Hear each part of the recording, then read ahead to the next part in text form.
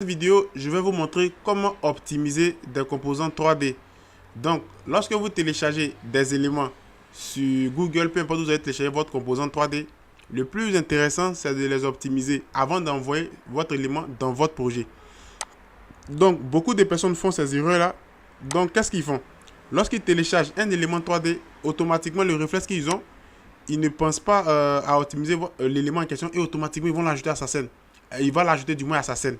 Donc, vous voyez, ici, c'est un élément, un petit projet que j'ai téléchargé sur un site de manière générale. Et je vais vous montrer comment les optimiser. Donc, déjà, je vais créer une balise ici. Je vais créer une balise ici. Et la balise, je vais mettre dans. Tout doucement, on va faire ça ensemble. Si tu as aimé ma vidéo aussi, suis la vidéo jusqu'à la fin et tu vas comprendre comment ça se passe. Je viens ici, je clique ici dans un target et je mets dans DAL. Et je désactive là. Je prends encore cette partie aussi, un target et je mets dans DAL. Donc, on a mis la dalle dans la balise dalle. Donc, ça peut arriver que vous voyez, vos éléments vont venir comme ça. Ça vient avec des détails. Tous ces petits polygones-là, eux, ils vont alourdir votre scène. Donc, la première étape d'abord, c'est de venir dans style, dans Default Tray, ici de SketchUp. Chez vous, c'est la palette par défaut. Vous allez venir dans style ici et vous allez décocher profil. Parce que lui, il prend assez de place au niveau de votre carte graphique. Donc lui, quand tu le décoches, il va te libérer encore de l'espace. Il décoche profil tout doucement. Voilà. Une fois que j'ai fini de décocher profil, vous allez voir que le fait de décocher profil, ça ne change en aucun cas ce qu'on voit ici. Ça ne change absolument rien. Si tu as aimé ma vidéo, tout ce que moi je te demande, peu importe où tu me suis, pouce bleu, abonne-toi, partage, active surtout la cloche de notification où tu me suis pour ne pas rater les prochaines vidéos que je vais poster au niveau des astuces. Donc une fois que j'ai fini de faire ça, on va voir ces lignes de polygones qui vont encore apparaître sur notre projet. L'étape numéro 1, vous avez une extension qu'on appelle le JS Powerbar qui va nous permettre de pouvoir corriger tout ce petit détail-là. Donc, pour des personnes qui vont me demander comment la voir, vous allez venir juste sur le site ici. Le site, vous voyez, juste là. Et vous allez taper ici dans la barre de recherche JS Powerbar. Vous devez créer un compte, vous connecter. Vous allez voir, si je fais JS Powerbar, il n'y a plus entrer. Et automatiquement, vous allez avoir votre extension sera là. Et vous allez la télécharger en fonction de la version de votre SketchUp. Voilà. Donc, on va repartir dans notre explication ici. Donc, pour pouvoir enlever ça, qu'est-ce qu'on va faire pour pouvoir nettoyer notre scène? Je sélectionne la zone en question. Je vais commencer par le tapis. Par le tapis qui est juste au niveau du sol. Donc, je clique dessus. Je viens sur cette partie, regardez. Je clique sur ça et je prends mon extension JS Powerbar. Je clique ça, je clique sur cette partie Smooth. Hop. En patiente. Et je fais encore une deuxième fois Smooth. OK. Donc, quand je ressors maintenant de la sélection, vous voyez maintenant qu'il a enlevé tout ce qui est polygone, tous ces petits détails qui peuvent alourdir la scène. Je viens encore sur notre élément qui est là. Je clique dessus et je fais Smooth. Le JS Powerbar. Donc, il va nettoyer tout ce qui est détail, tout ce qui est élément inutile sur ta scène, tout ce qui peut encombrer ta scène de manière générale, vous voyez. Et automatiquement, il enlève. Il va tout nettoyer. Et souvent, lorsque vous nettoyez, il peut venir encore avec ces petites imperfections. Quand c'est comme ça, vous allez venir sur Soften. Soften, vous allez venir ici dans Default Tray ici. Soften. Pour les gens qui utilisent SketchUp en français, vous allez voir adoucir les arêtes. Là. Donc, je vais cliquer là-dedans. Regardez. Je clique dedans. Je rentre dans mon élément ici. Je clique ici. Et si je fais ça, je le ramène derrière. Les trucs vont revenir. Et je fais une fois les trucs. Vous voyez que tous mes éléments vont revenir. Et ça va nettoyer notre élément encore plus propre. De manière plus propre. Je clique ici. Je rentre dedans. Si vous voyez que votre élément est verrouillé, rentrez dans la sélection. Vous voyez? Si vous rentrez dans la sélection, comme ça, vous allez perdre. Vous allez perdre cette partie Soften. On va revenir un peu en arrière, regardez. Je clique une fois dessus et je vais l'activer. Je vais prendre mon élément pour aller derrière. Et je vais le ramener une autre fois encore devant. Et il va tout enlever de manière générale. Donc, une fois que j'ai fini de faire ça, on prend le temps. Je sors maintenant de ma sélection ici. Je sors de la sélection tout doucement. Et vous voyez que je viens de nettoyer cette zone au niveau du tapis et au niveau de notre petit élément, notre pouf et autres qu'on a déposé ici. Donc le JS Powerbar sera une extension qui sera vraiment beaucoup utile pour pouvoir travailler tous ces petits détails là. Donc on continue ensemble tout doucement. On va venir sur ces poufs qu'on a déposé juste ici. Je sélectionne, je nettoie. Vous voyez, je sélectionne, je nettoie. Regardez ce que ça fait. Ça va tout enlever parce que c'est des éléments qui encombrent la scène au fait. Ça encombre votre scène. Donc je viens ici, je clique là-dessus, sur les deux, et je fais ça, même chose. Je nettoie, on patiente. Lorsqu'on nettoie, on voit qu'on a encore ces petits détails de traits. Donc je rentre dedans une fois, je sélectionne, ça va s'activer, Soften Edge. Je vais revenir un peu en arrière, ça va revenir, et je vais encore partir un peu devant, et automatiquement, il va tout enlever. Je viens encore, je sors de ma sélection, tout doucement, hop, je sors de la sélection, voilà, je viens sur cette partie, je clique dessus, et je fais, hop, il va tout enlever. Je viens encore sur le lit, au niveau du lit, je clique ici, hop, il va tout enlever sur les poufs, je sélectionne ces deux poufs, hop, en patiente, parce qu'il va tout enlever, et comme il a enlevé nos éléments, il va encore nous laisser des lignes qui vont encore être lourdes pour notre scène. Donc je sélectionne seulement ce pouf là. Regardez, je prends mon outil Default Tray, je l'envoie derrière et je le ramène devant. Il va tout enlever, il n'aura plus rien. Il va aussi tout enlever pour lui aussi, il n'aura plus rien. Donc je prends celui qui est derrière aussi, je fais encore la même chose. Hop, je travaille ça tout doucement. Je vais devant, je vais derrière, il va tout enlever, tous ces petits éléments là. Je clique encore sur ça, hop, il va tout supprimer. Je regarde encore si il n'y a pas encore ces détails encore. On a aussi sur cette partie, je clique aussi, je fais ça, il va tout nettoyer, vous voyez. Je viens encore sur notre élément qui est ici au niveau le pendule qui est là, je clique une fois, c'est bon, je vais devant, je vais derrière, il va tout enlever. Je viens encore sur celui-là, une fois, je vais derrière ou soit je vais devant, il va tout enlever ici.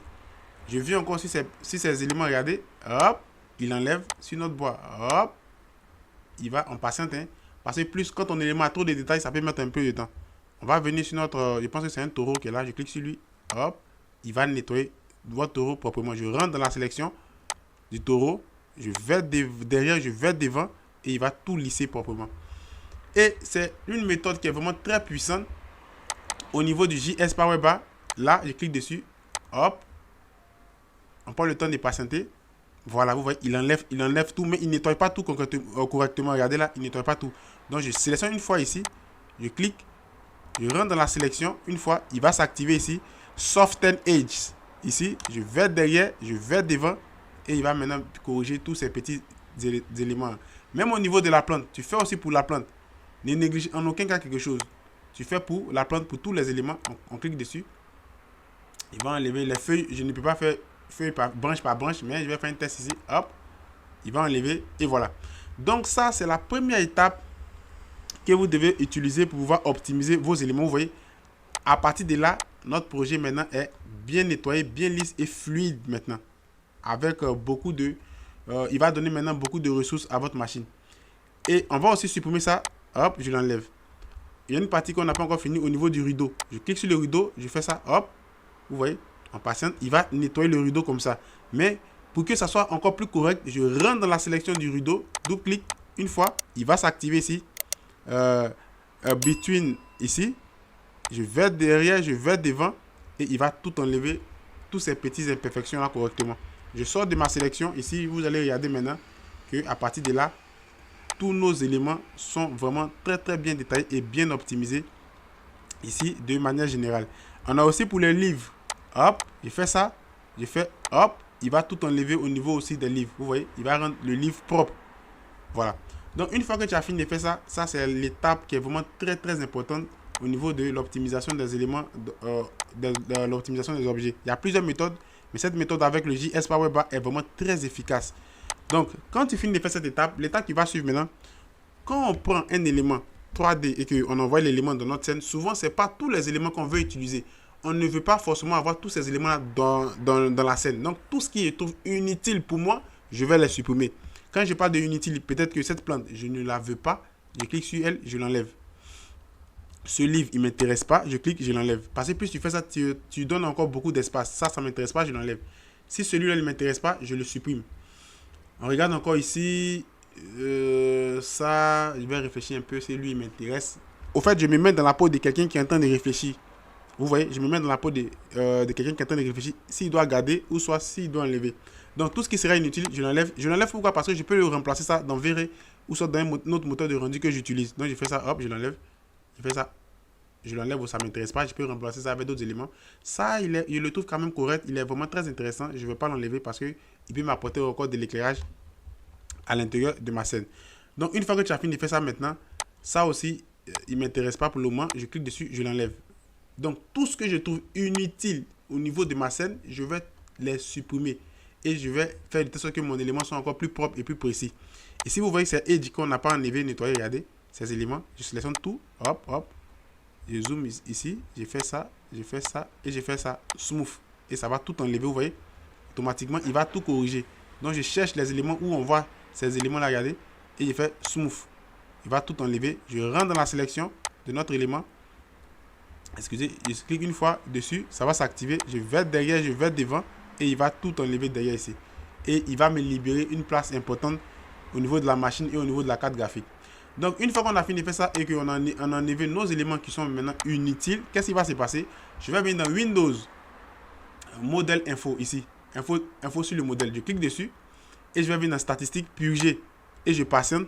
Et là maintenant, il va me purger tous les éléments inutiles que moi personnellement je ne peux pas voir à l'œil nu.